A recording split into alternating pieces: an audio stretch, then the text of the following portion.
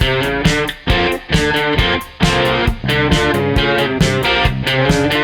right, so now we're going. So welcome back. Thanks. This is round 2. Do it again.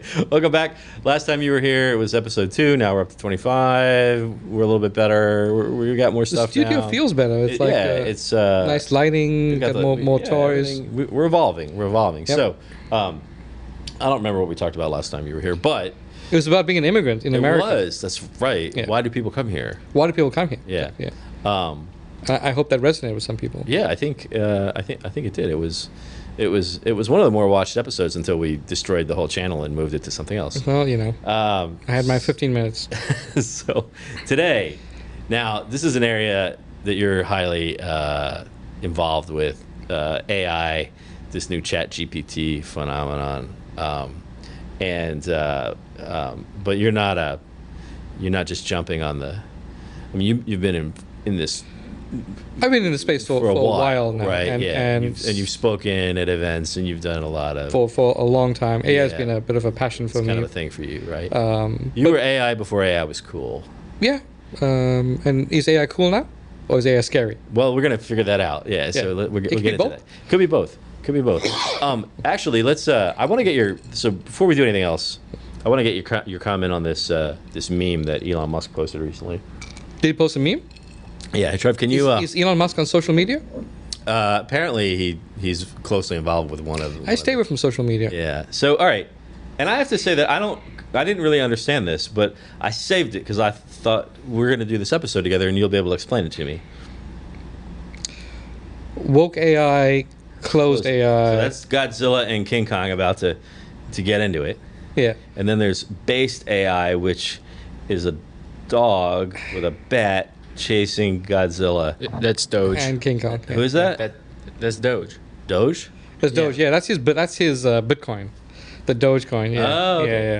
Do you understand? But that's an old meme. That's an old meme. Yeah. So that's just. Oh, this is an old meme. Yeah. Because you just posted it recently. I mean, who knows when you try to decipher the mind of Elon Musk? I think he is a titan of industry, and he can focus on that part. Would be great. I just want all the cool stuff he makes. Yeah, and you have some of the cool stuff. I do, but I have no interest in the. Now, when you buy a Tesla, does he autograph each one individually? It's a handshake and a hug. Yeah. Okay. All right. That's good. It's a handshake and a hug. Yeah. Trev, do you know what this is? What is based? I have no idea what based AI is. I mean, if he's it's who knows the mind of Elon Musk in that thing. Based is like anti-woke. Oh. So if you're based, so that's what when people say. Whenever a celebrity comes out and says, something you wouldn't expect from the elites, maybe you should look into the election, or maybe my kids shouldn't be twerked in front of. That's when people call them based. You're based. You're based. We're now in a war. We used to call that normal of words which don't matter. Yeah. And we make them make whatever we want them to. It can mean what I mean. What woke is, what woke means, what woke means to other people, what woke means to people that care about it. It's irrelevant right now, and I have no idea what based was. So then So closed AI. Closed AI. Closed box AI. And, So based. Think about that. Yeah, no idea. But so that we got being nothing. said, We got nothing on this. Is it important? No. No, it's not important. No, it's not. All right. Exactly. Yeah. So moving right along. Just adds to the.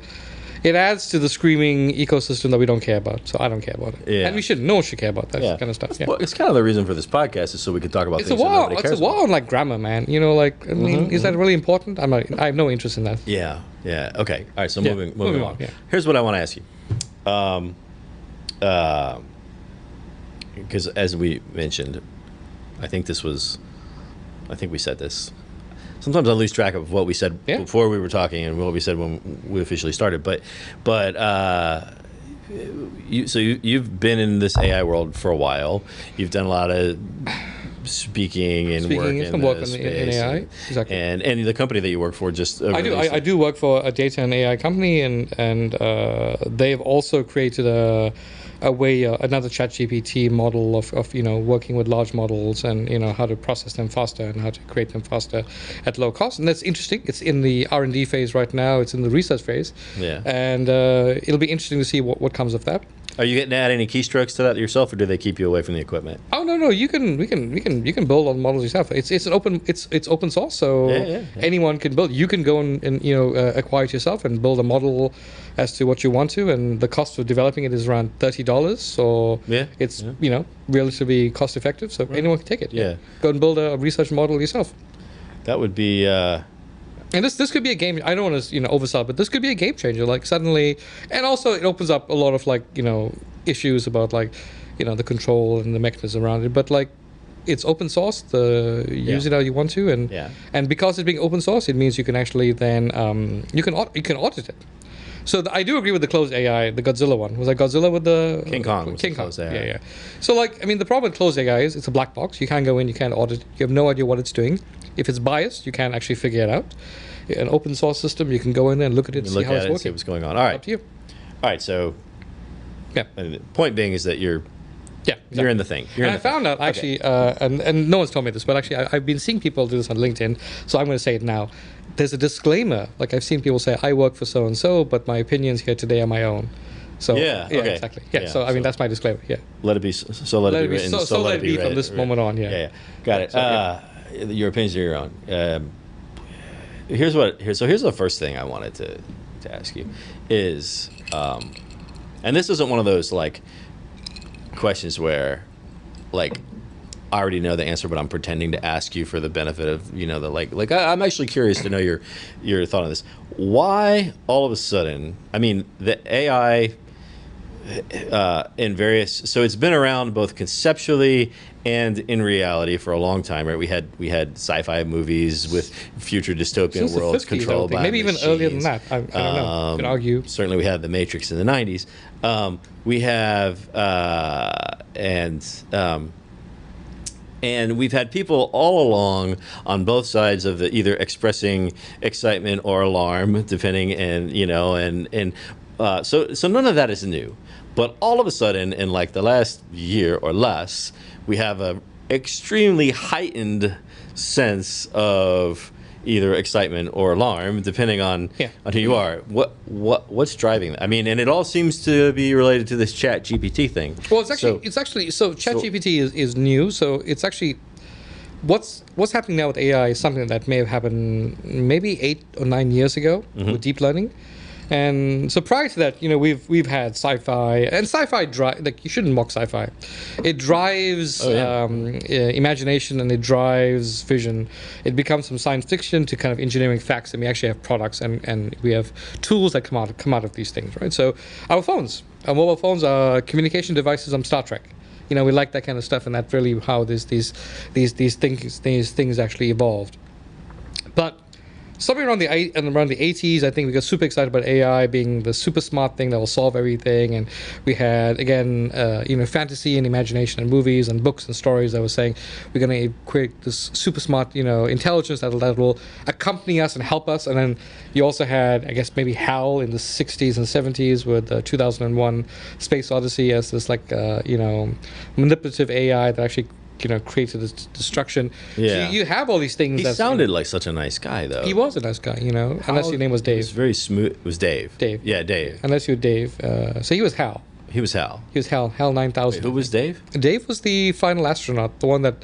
Oh yeah. The one that actually went into. Dave was the one that Hal. It was a weird movie, so I didn't really understand all of it. I still don't. It's Stanley Kubrick. You're right. Yeah. So. People love it though. People love it, if you're high. It's actually meant for LSD. It was actually meant for if you're an LSD and you could watch it and watch that along with and be super happy, Sgt. Pepper, and experience this. This thing. So around the 80s, we got disappointed because this super smart intelligence didn't really evolve.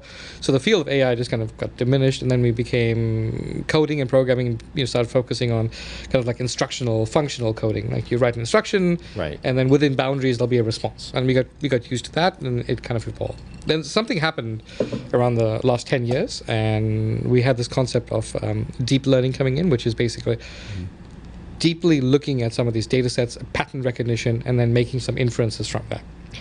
And deep learning has started helping us. At the same time, cloud computing became more popular and cost effective, so we could be able to manage large data sets in the cloud that we couldn't manage before. Petabytes of information. Yeah. Both real time and streaming, both streaming and batch, all in the same place, historical data, all in one place. And you could run these models to kind of like create these models and process this data, and you could look at them. And then from that, it became larger and larger learning models. And I believe that's where ChatGPT got its kind of like first instance of it. And this is where ChatGPT actually became more popular. And the reason why ChatGPT now, why there's a buzz around ChatGPT is it is a very powerful tool. And the reason why I believe it suddenly is no longer just, in the tech world, it's because it impacts everyone. Suddenly it's kindergartner to college student to someone's grandma. It could use ChatGPT to change some aspect of their life. So it's no longer just techies in the valley using ChatGPT. It's everyone doing something. I used it quite a bit. People use it. I use it professionally. I use it personally. People have been using it. Doctors use it to kind of like, not write prescriptions, but write like legal notes that they send to their lawyers to help them along this journey. Lawyers may use it to help with like paralegals. I use it just to like help with my kids' homework, because it helps. Like I say, write a 10-point, give me a 10-point, kind of like essay for a kindergartner, and it'll basically produce something at kindergarten level, and I can take from that, and and it saves me time. So it's a very useful tool. It's also a scarily inaccurate tool. So what you're telling me is, in order to accomplish your kindergartner's homework, you need AI assistance. Is that what I just got?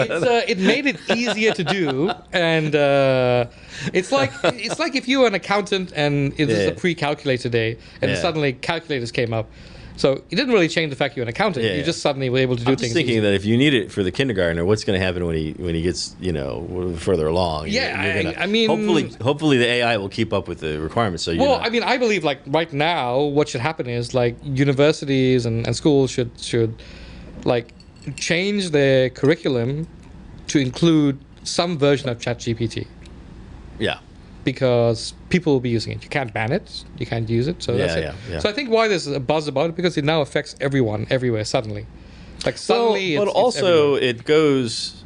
It seems like it's not only is it big in terms of its application, but it also, and I don't know if it's that it takes a major leap forward in terms of capabilities, or it's just that it's more visible to the general society, the type of, like maybe ChatGPT, and you'll know this better than I will, but maybe ChatGPT isn't really that much more advanced than whatever the thing was that came before it. It's just that now everybody sees, it's kind of like, holy shit, we're really far along with this stuff, further along than we realize. So we are further along than we realize, but we're not where we think it is, because I think there's like a simple definition of AI, and where we are right now is called narrow AI. People have different terms for it, but ultimately what people are really concerned about is this human intelligence and the super, intelligence comfort, right? In fact, you have a I have something on that. Hey Trev, you got the one? It's the one from The Guardian. It's the one about destroying civilization. I just want to go right to this thing. All right. First of all, we have this ominous looking. Now, this article is mainly about. Scroll up a little bit. Outsmarting. Can we stop AI outsmarting humanity? Well, and so it's mainly about people, about AI and robots taking the place of people in the world. But I want to look at this little bit right here at the top. Nice. From you probably know who this person is, right? Who wrote this? I don't, but that sounds like a Swedish name. Not that wrote the article, but that wrote this. That this quote is from Eliezer Yudkowsky.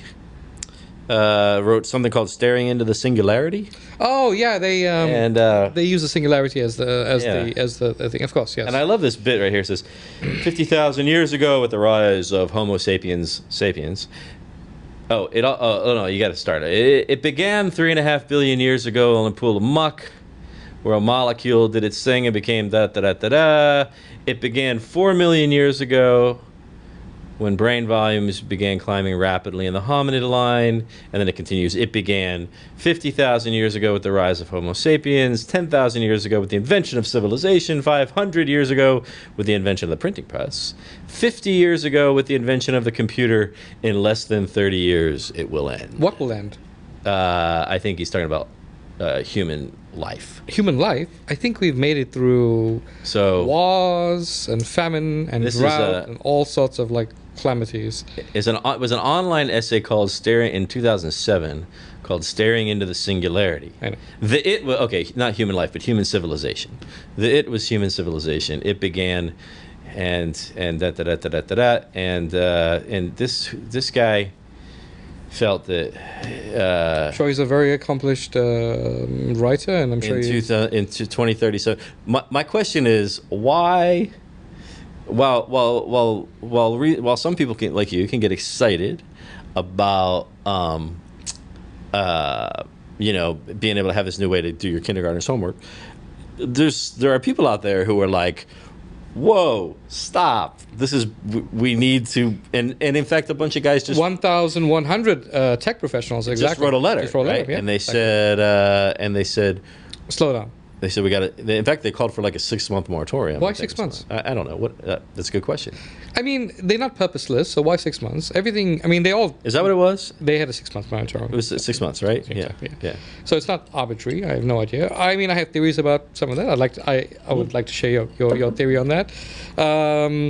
They're all very accomplished, and I mean, there's notable names like Elon Musk in there. Wozniak's in there as well. There's some AI people. There's 1,100 people. I couldn't go through all that list. 1,100 tech leaders. Tech leaders, exactly. That have written an open letter to government. Yes, to everyone to say just slow down a little bit. And so it's a challenging concept because they're not entirely without merit. We should always be careful about technology. And we should always approach it with a seriousness of some sort of governance and ethical control, because anything that goes out of control that can be let out. But who are we supposed to trust to do that controlling? Well. So this then comes down to who do you trust, and do you trust governments and people? Right now, our societies are so massively divided. Who do you trust? Right? You can't even trust society. Some would say you trust government. Some would say, well, you trust the ecosystem of people. But then we are a tribalistic society. Even if you can back that up with data and merit, you never trust what the other tribes has to say. Correct. Right, because that's how we are. So, right.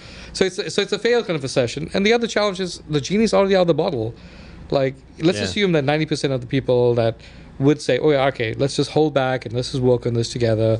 The 10% that are maybe more nefarious will do it. I'll be out there. So I don't know why they wrote the letter. I mean, you could say maybe they weren't first to market, and maybe that could be something they were concerned about. I always think whenever somebody does something that makes you go, why are they doing that? Where my head always goes first and foremost is somebody's trying to avoid liability or cover their ass in some way, right? Could it be that they foresee bad stuff happening and they want to be able to say, hey, we told you that, right? Yeah. So to the esteemed colleague that actually wrote the book about the singularity, it's not AI that'll end our society. It'll be people that'll end our society. There's more people than there's AI out there. We are terrible as a species. We'll damage ourselves before AI gets to us. So I'm not too concerned about AI damaging us. The other challenge is, why would AI, if it does evolve, want to challenge us? If it evolves to this human intelligence, which I don't have any interest in because we're not that intelligent. We are self-defeating as a species. We pollute our atmosphere. I remember you said that. We fight each other. Yeah. We're not that intelligent as a species. You said that in a couple of years ago. I had you on a panel discussing AI in oil and gas industry, and people were trying to cushion the notion that it might make decisions for people, people in special, scientific and things like this. And you said, well, I'm okay with that because I've met a lot of humans and they don't make very good decisions. That's right. I met people. Yeah, exactly. Myself included. So, but what happens when we start to say, let's let something, and not that it's the old slippery slope, right? It's a slippery slope. Like you don't start off saying, let's just turn everything over to Hal. But it's already out there. Yeah. So in essence, right now, a single person with access to very low-level cloud compute, could actually generate a synthetic voice that could be fairly realistic, can generate fake graphics and images, and produce something that could be very devastating, which is what we call fake news, and it's disinformation, and it's all sorts of things. They could generate that in a few hours. In a few days, it could be a high level of accuracy. In a few weeks, they could probably generate something that couldn't be discerned from the reality unless you actually look into it and realize that person didn't actually say that. That makes no sense. So it's the disinformation that we should be looking into more than like whether AI will take our jobs. That we can look into at a later stage. What jobs will be taken, right? So for me right now, the immediate thing is actually ethics, the control of that, how we use AI, IP around AI. You and I may use some version of ChatGPT to probably write a book. Who owns that? Who owns that book? Let's assume we write it, publish it. It's fantastic. People like it. Yeah, there's a guy I heard about. He's some sort of a music guy, and now he's great at writing music, but he's terrible at lyrics. So he's getting ChatGPT to write the lyrics for all his new songs. So it's original content, but who owns it? Who owns it? Is it the person that initiated it, or like it is IP? So it's a challenging. I'm not a lawyer by any means, so I have no idea how someone would actually go around kind of looking at patents and IP and look at it and the ethics around it. And the other challenge is that we live in a global community, so the laws that impact us in the US are not necessarily the same that impact us in different parts of the world, which have either more or less control depending on where you are. Okay, so what I'm getting from you is, first of all, it's already out there. It's already been out there, yeah. As Billy Crystal said in When Harry Met Sally, it's already out there. It's already out there. It's already out there. Yeah. And so trying to stop it is self-defeating. It's purposeless, right? Right. So now the question is, and I think, so where this conversation would probably naturally go is, so what do we need to do in order to make sure that, and you were kind of getting into that, but I can almost fast forward past that too and say, people being the way they are, our society being the way it is, we will probably do some things like our ability to regulate and to make this the best thing that it could be is probably 50-50, so we'll probably do some things right and we'll probably screw up some other things, and it'll probably be kind of a cluster, but it'll move along and it'll do whatever it does. I think it'll be like in most revolutions, industrial revolutions that came along. Automobile replaced the horse and buggy, that kind of example. Like I'm sure back then it was like, well, let's talk about that. So the other thing that was on that article that we were just looking at is what the article was really about is about AI and robots actually basically rendering human rendering, I don't know if we can find it in here, but basically rendering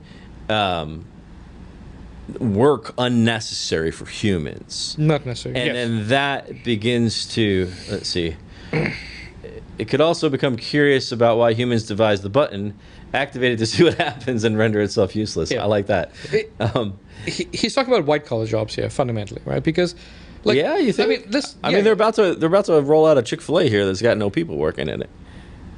Open on Sundays? I'm just saying. I don't know. I don't know. Yeah. I don't know. I mean, if it's not, then it's like, okay, yeah, then it's not Chick-fil-A. Yeah. Yeah. For those of you who don't know, the Chick-fil-A does not open on Sundays, which is on Sundays. Which does annoy people but I respect that. People need a break. But this is one of the things. And I think it was in this article, but somewhere I have seen people who are already beginning to use this to make the case for certain social programs. Like, this is why we need to have a universal basic income, or whatever it's called, the UBI, UBI. Yeah, where the government just makes sure that everybody has a salary to live on. Let's leave out the problem of where does that money come from. Because eventually, and I've seen this. I've seen people making this argument. Eventually, the robots are going to take over all the work. We're not going to have to work, and so we need some way to exist. And we need money. So the government just needs to give us money. Is that true for every country? Yeah, we live in a global economy, but if you can focus just on the U.S., so when people were building the skyscrapers after the Great Depression, they were physically, manually carrying up those boulders and those girders and all the heavy machinery and kind of working in these heights. Now we have cranes that are more efficient. Mm-hmm. It increases the safety of that employee. It also means that it can build better and more efficient buildings. Yeah. Right? So the answer is there's no question. You can see there's no question that progress has companion. Right. And if you don't believe that, then just read Henry Hazlitt, Economics in One Lesson, and you see how that works. But he hasn't. Right? So this article is kind of interesting because he hasn't really told us why it will do it. Like, will it render all employment? Which doesn't make any sense. Like, why would all employment basically disappear immediately? Well, maybe not all, but so much of it will be replaced that we need to. That we will need to supplement people's income because they have no way of making money because what about teachers? There aren't that many jobs. Do you want a machine teaching your kid, or do you want to teach a human to deal with the emotional aspect of actually dealing with kids? Forget the politics of what's going on right now. Just think about the emotional contact of dealing with young kids. Sure. Yeah. Yep. Yeah. So no machine can ever be able to understand compassion, and even if they evolved into a simulated compassion, it's not the same thing. Yeah. True. Yep. True. Do you want a AI as a leader? Basically deciding policy on economics and, the environment and, the law? Some would say better than what we get these days. But the answer is no, because fundamentally as humans at the end of that recipient, so you always want a human being as flawed and as terrible as we think we are to basically be the decider of that. So we'll still have humans. We'll have humans for a long time. But I think the concern is, right, not... So all those things that you're saying are very sensible. The question is, will we proceed down a sensible path? But you said it earlier, it'll be bumpy. It'll be bumpy, right? So we still have to learn how this is going to change us. It may not change us as impactfully as we think we will. We said that about every technological kind of changes. I know the tech gurus out there basically talking about AI being this great, evolutionary change because it's going to be intelligent and thing. But if it ever reaches the singularity of intelligence, it won't bother with us. Why would it? If you think about AI, let's assume we finally train bias. It might need models. the power. So if we build our bias into AI, then eventually it will want to compete with us because it's our biases. But AI, as it evolves into whatever it's going to become, in several decades, several hundred decades from now, could be an evolutionary kind of intelligence that just wouldn't care about us. Correct. Why would it? It doesn't right, need land. And there are now some people talking about post-biological aliens, which is kind of a bizarre concept. It won't need land or resources. It won't need things we know. It doesn't need... it needs electricity. It needs electricity to survive, but it could basically... Take humans and put them in pods and plug things into the back of their head? We have the sun. We have plenty of sun, so it can find islands. Wow, but you know what happened. Yeah. No, okay, so... Yeah. So perhaps maybe the concern is not so much about AI... becoming self-aware and taking over. Yes. But what about humans wielding the power in ways that is not It's good? a tool, and like all tools, some people will use it respectfully, some people will abuse it. This is why we need laws in place to actually governance around how to use AI, especially ownership and teaching of it and using of it. So it's going to have to be at the government level. People may not like that, but that's where all our laws come from. It's the best we have right now. We can't have corporations deciding what the laws are because they're not driven for social stability. They're driven by profits, and that's a different sure. way. But like in a lot of cases where laws can't really be effectively constructed fast enough to keep up with something. Of course. We already see, and we talked about this before, but you're already seeing within ChatGPT social biases, political biases. That is true, yes. In fact, Manhattan Institute did a whole. Mark Mills, he's been on the show from the Manhattan Institute. They did a whole study. Actually, Trev, you got that one, the Manhattan Institute one? Yeah. About this is just about political bias. Real quick, just random thought I had. Oh yeah. To get the to get government to regulate it, wouldn't it fall under domestic terrorism if you use ChatGPT for for something that if you break the law with ChatGPT within the states, then couldn't you just file that under domestic terrorism? That's like I mean, again, I'm not a lawyer, and but like I would assume domestic terrorism has a certain threshold that you have to qualify for to basically be qualified for it. Despite what it has to be terrorism for one thing, right? Exactly. So there's probably a threshold it has to meet before you classify as domestic terrorism. Despite what tribalism is telling us that everything can be classified in certain ways, I think legally it might be a challenge. Now, if you use it, but that happens a lot of times, though. I mean, to his point, a lot of times when they don't have the right laws for something, they just kind of use something else that exists to kind of throw it into that bucket. Yeah, and this is why you have the courts as well, right? So it's not just the government. You should be able to push back on that by challenging it in several layers of courts that can actually push back on that. And you also have social media itself that can also push back on things. So you have public opinion and you have the courts, and it's not a perfect system, but I mean, I think could they classify misuse of ChatGPT as terrorism? I guess it would have to depend on like how you use it, but then it is you using a tool. But also, I think if I know what Trevor's probably underlying comment is, domestic terrorism is being used as a catch-all now, already being used as a catch-all for a lot of things. Sure, exactly. Right? And it's being used to harass people in person. Yeah, exactly. So that's not a fair.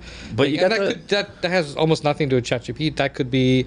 Like, let's assume you work in the construction industry and you basically have demolition equipment with you, and then suddenly it's like, oh, well, he has explosives with him. It's like, yeah, because I work in construction and part of demolition. Yeah, sure. Right? So okay, Manhattan Institute, political bias. You got that one? It's more than political, but no, this is just one example. There are other biases as well, but this one, go down to the.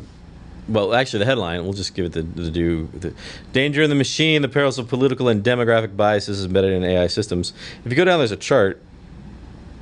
This one right here. Nope, there you go. So they gave ChatGPT a test, or I think they just did OpenAI, and they asked it all these questions, and what's underneath this is the quadrants of the questions and how they answer and everything. But it's not ChatGPT, right? So ChatGPT is the interface. It's actually the learning models underneath it, right? So it's how the models are trained. So, for example, you can create your own tool using ChatGPT. Your model whatever you use to train it will be what these results will be. So obviously, whoever trained these models had a left-leaning liberal bias. Well, okay, but so I think, go ahead, scroll up, Trevor, and we'll see what exactly did they test. So they administered 15 political orientation tests to the January 9th version of ChatGPT. So it's a political orientation type of quiz, right? Okay, so they're just going against ChatGPT. So whatever models that are under ChatGPT as it right. is, right? And that's what regular, coming back to your point about this is now there for people to use for various reasons. And they don't really understand the learning models. And this is what's underneath it, right? And it came back as so if you trust the data, if that's what the data says, and that's what the data says, right? Yeah. So we trust that, right? So my question is, I have a lot of questions about this, but clearly it came back leaning left. And which let's leave out for the moment whether left is right or right is left, which one is good, right? Yeah. So okay. it does have a slant in one direction. There's a bias. Yes. So now, as people use it as a tool, that bias is going to influence them, right? That's because ChatGPT is closed. So OpenAI is closed. So you can't really see what's going on in the background unless you kind of run these tests. But if you could build your own learning model yourself using the input to ChatGPT, Sure, but then you could train. Or but the question is, my challenge would be, don't do that. Like then you're creating bubbles upon bubbles upon bubbles, right? Unless you have commercialized. But when people, Yes. teachers, students, whoever, go and use this thing because it's there to be used. But my argument is this is not a finite learning model. So this is whatever version it is right now, taken on January 9th or January 14th. I forget January 9th, exactly. So back then, whatever the model was, the model can be updated.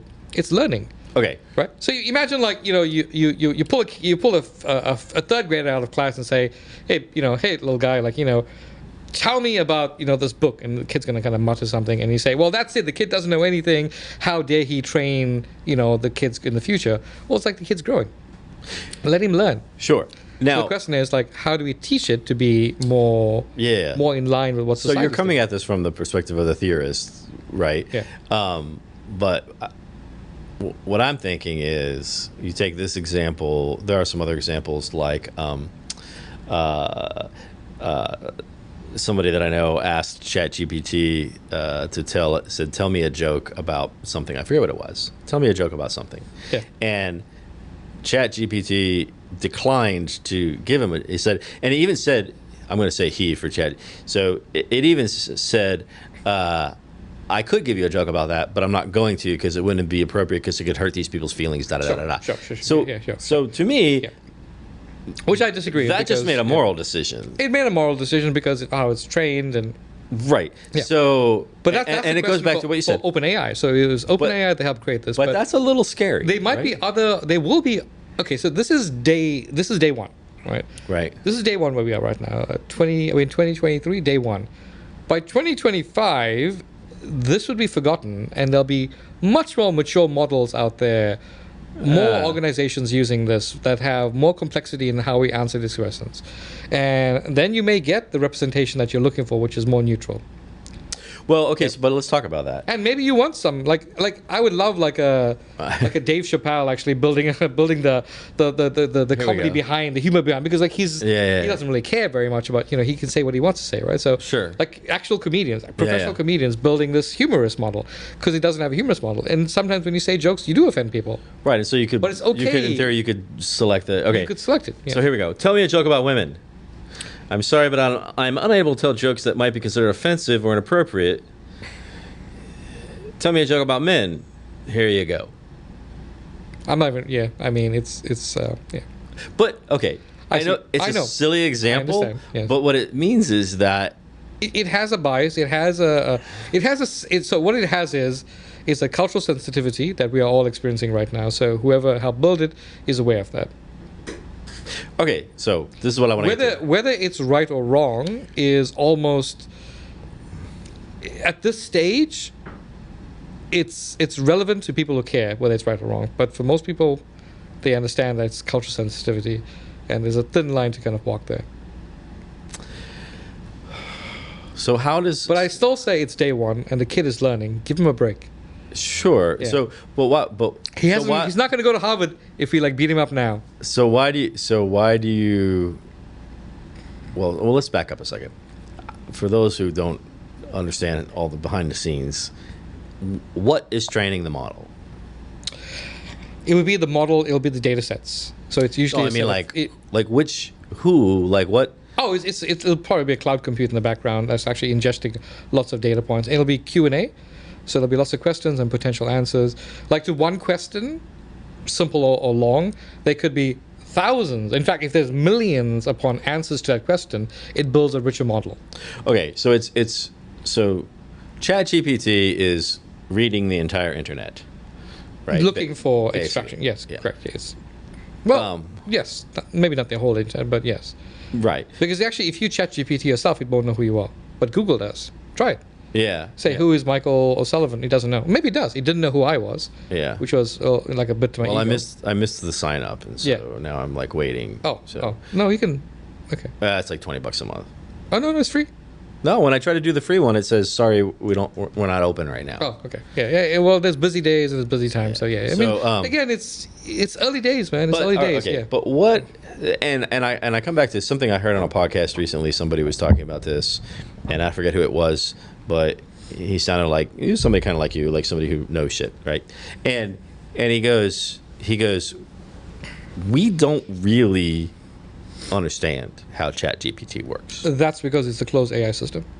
So when he says we don't understand, he doesn't mean we, the human race, doesn't understand. He means technologists.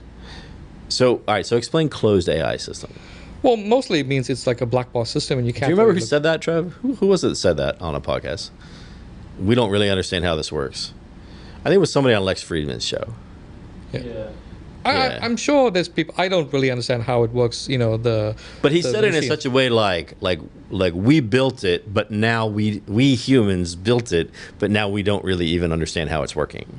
Like, I mean, almost like it's taking on a life of its own. There's no scary guy behind the curtain saying, all right, this is where we're gonna move society towards, stuff like that. It has to do with the model. So it has to do with the data set. Okay.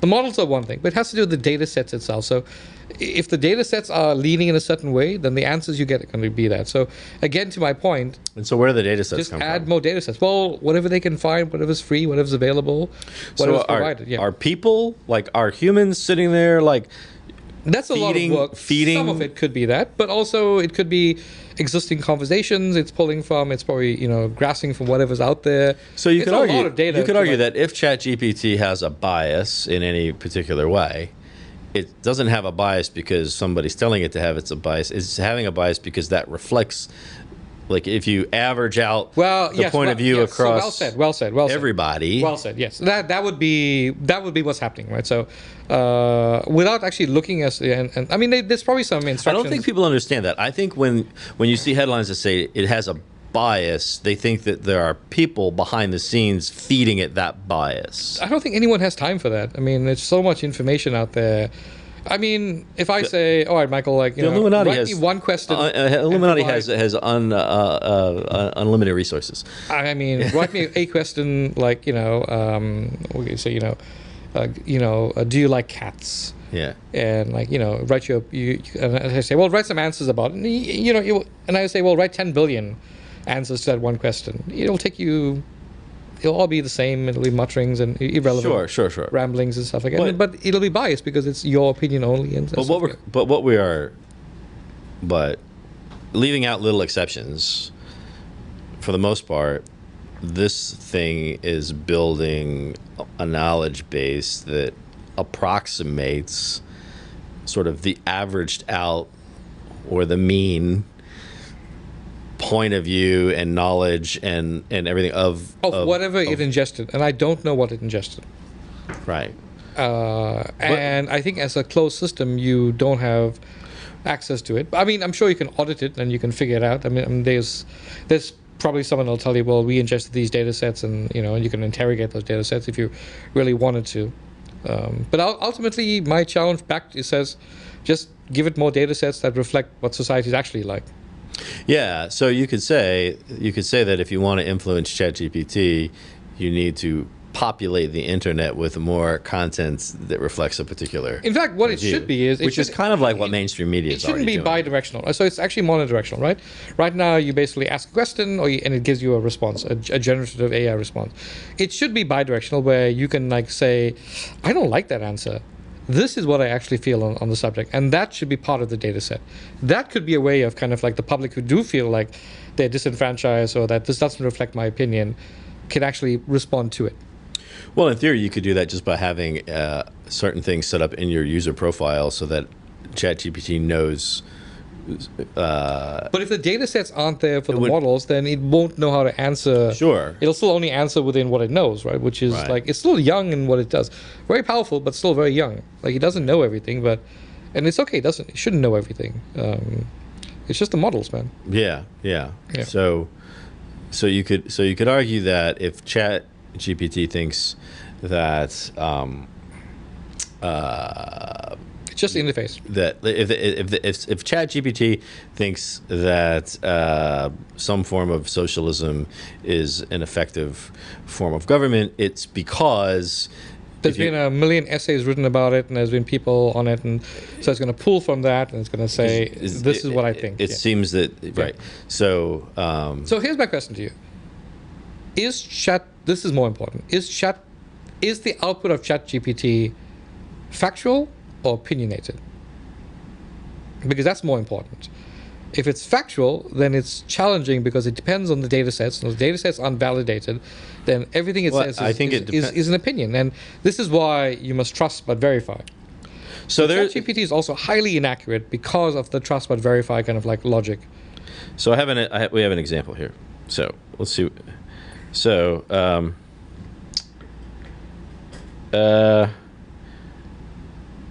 hey, Trev, pull up the one about from Jonathan Turley. You know, he's a law professor, writes a lot, is somewhat controversial.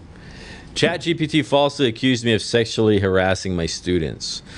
So if you look down, basically one of his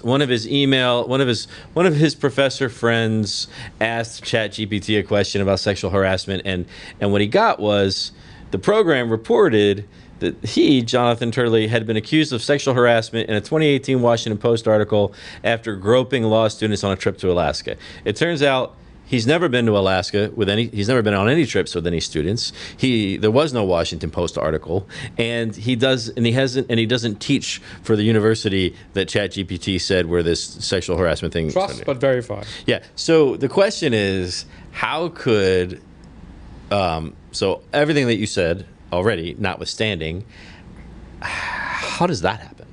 Well, because the data set is inaccurate. ChatGPT is also very powerful, very clever, very cool, but also can be highly inaccurate. It's still learning. That is wildly inaccurate. Yeah.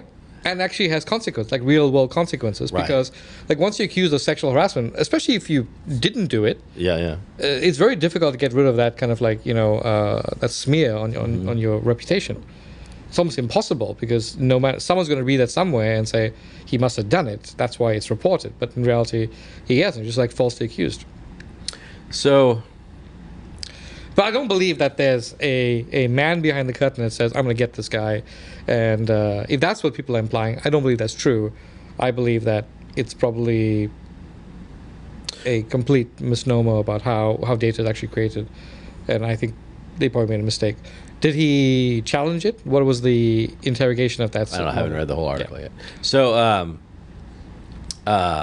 so the question is, I mean, that's quite serious. That's a serious thing. It's serious. It's a serious thing. Well, and like, it could happen.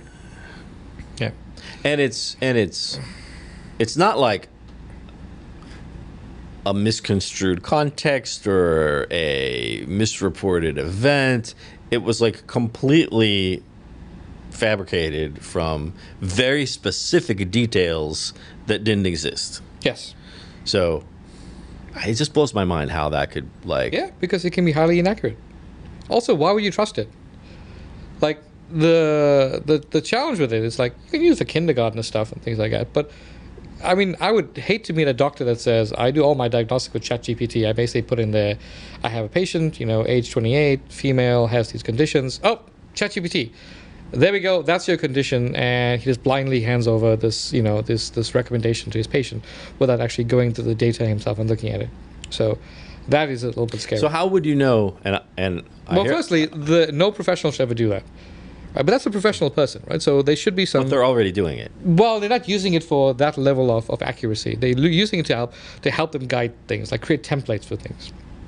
Like, you want to write a sales email to 50 people, like create a template. That's I actually read about a New York restaurant owner who asked ChatGPT to generate this impossible menu of pairings and things like this, and she was actually quite surprised with what it came up with. Pretty, yeah, because that's like different menus, and it looks at all the chefs because menus are out there, but actual diagnostics that include humans and feelings and actual. You don't think that? I mean, we're lazy as a society. Then that's not. I mean, as it is, doctors are sort of. Well, so the software isn't I believe the software isn't medically graded. Like there has to be like a medical grade. And isn't there some people that have been doing some tests like it's already passed some medical exam and it's already no nothing about that. But even so, why would you trust it? beyond your own. Like if you went to med school for like, I don't know, a bunch of years, and you've been a doctor for, even longer than that, and like, ChatGPT says this is what I think it is, you should go and double check that with the actual data. Sure, and lab results. You should. If you don't do that, then that's on you as a professional, not on the tool that gave you a recommendation. But we all have already heard stories from family and friends of doctors who didn't do all the things that they should have done. I mean, I would imagine something like ChatGPT is like not taking any way, a super intelligent, well-informed Uber driver that you're on a long road trip with, and he's basically telling you all these facts. So a lot of what you're describing is rooted in the notion that as intelligent people, we should have a very balanced approach to how we use this thing. Yeah. Right? We should have a balanced, reasonable approach and use it. But the reality is that we don't have patience for this. That's not our tendency. So then the answer is, and to all the people that wrote that 1,100 email, it's not so much trying to curb ChatGPT. Yeah, you're not. I agree with you. You're not going to stop it. You're not going to stop it. What we should be focusing on is actually training our society to identify anomalies in AI and outputs, and actually say, hey, listen, double check this. Like, that's what we should be doing. Like, we've got this tool out there. What we need is training in it and some knowledge in it. Say, hey, not everything's accurate.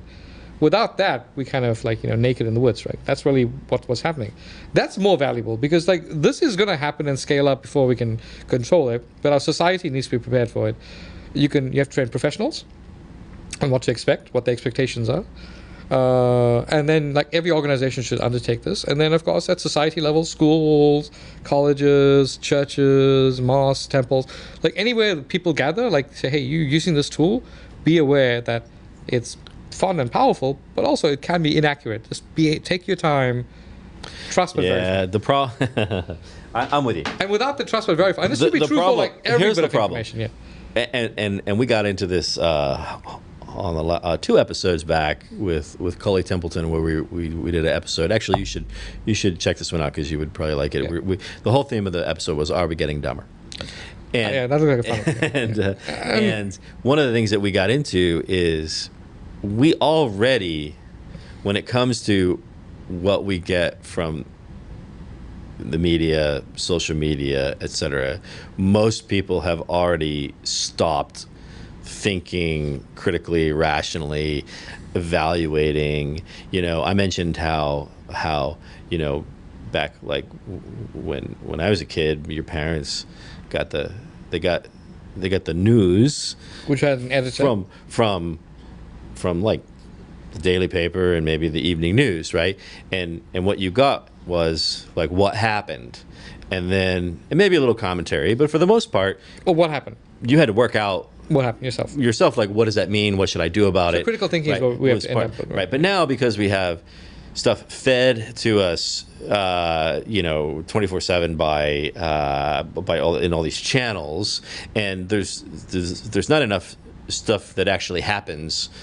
There's not enough happenings to fill up all those streams, so they get filled up with people talking about what happened and telling us what it means and telling us what we should think about it and telling us what we should do about it.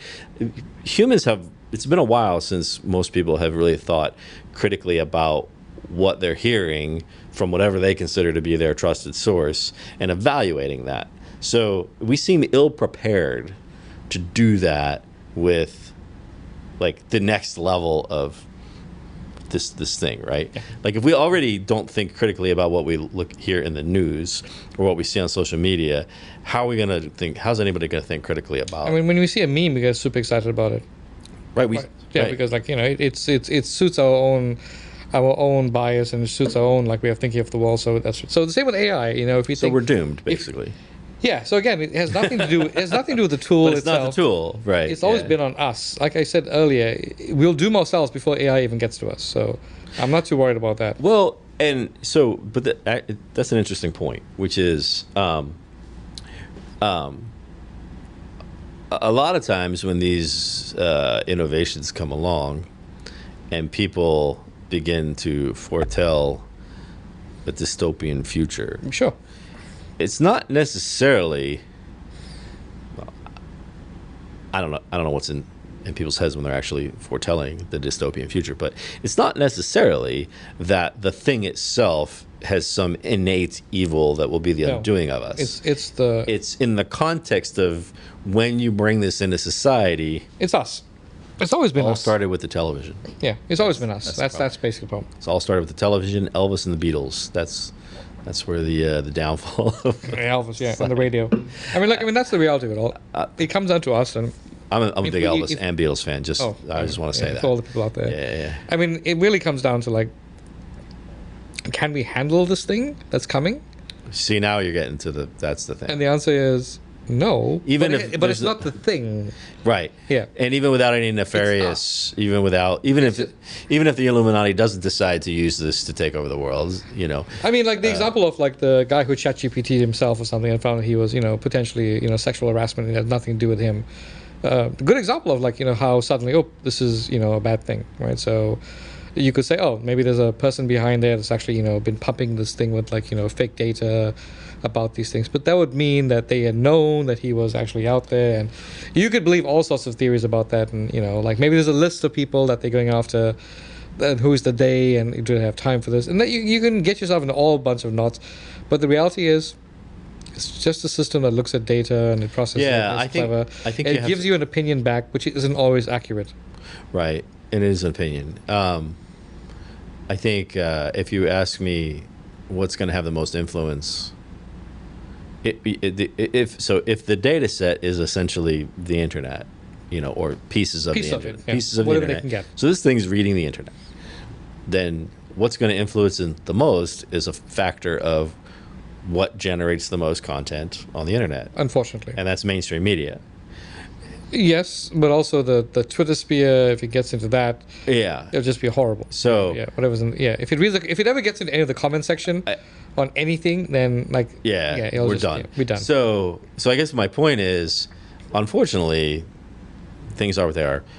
We're at a point where the things that generate the most data on the internet are not necessarily the sources that we would want to use to train this. I mean, those things are all valuable to an extent, right? Yeah, no, I agree with mainstream media, because mainstream media is no longer factual. It's opinionated, and it's heavily slanted depending on what side of any fence you sit on. So if you take mainstream media and social media as probably generate, and I don't know. No, it's a valid point, right? I mean, those two things are incredibly damaging because they bias in many ways. Depends where you are on the fence that day. Right. I mean, but actually, most people find it's sensationalism and it's inaccurate and it's obsessive. So those things are not healthy source of information. Yeah. So maybe that's something to think about, right? But you do need some governance around, some control, some ethics, and that's where ethics come in. It's like, where do you get the data sets from? What should go into it? OpenAI created ChatGPT. It won't be it's not necessarily the first one. It is certainly not the last one. So we shall see what comes in the next future. But I'm not too afraid of it because, Yeah, not afraid of it. It's more, it's the what is human society going to do with it? Yes, right? That's what I'm more worried about, because especially with generative AI and fake news and just scaring people and people just doing things. That's the problem, is because people don't discern kind of this fiction. And that's the problem. So the solution is really for us to start to behave in the way that also solves a lot of the other problems that we're having. Yeah, I mean, right? like the broad, all the shit we're not doing right, this falls into that same category. I mean, even without ChatGPT, should we listen to what Aunt Kathy's saying on Facebook? I mean, she's just forwarding something she read and read and read and read. Right.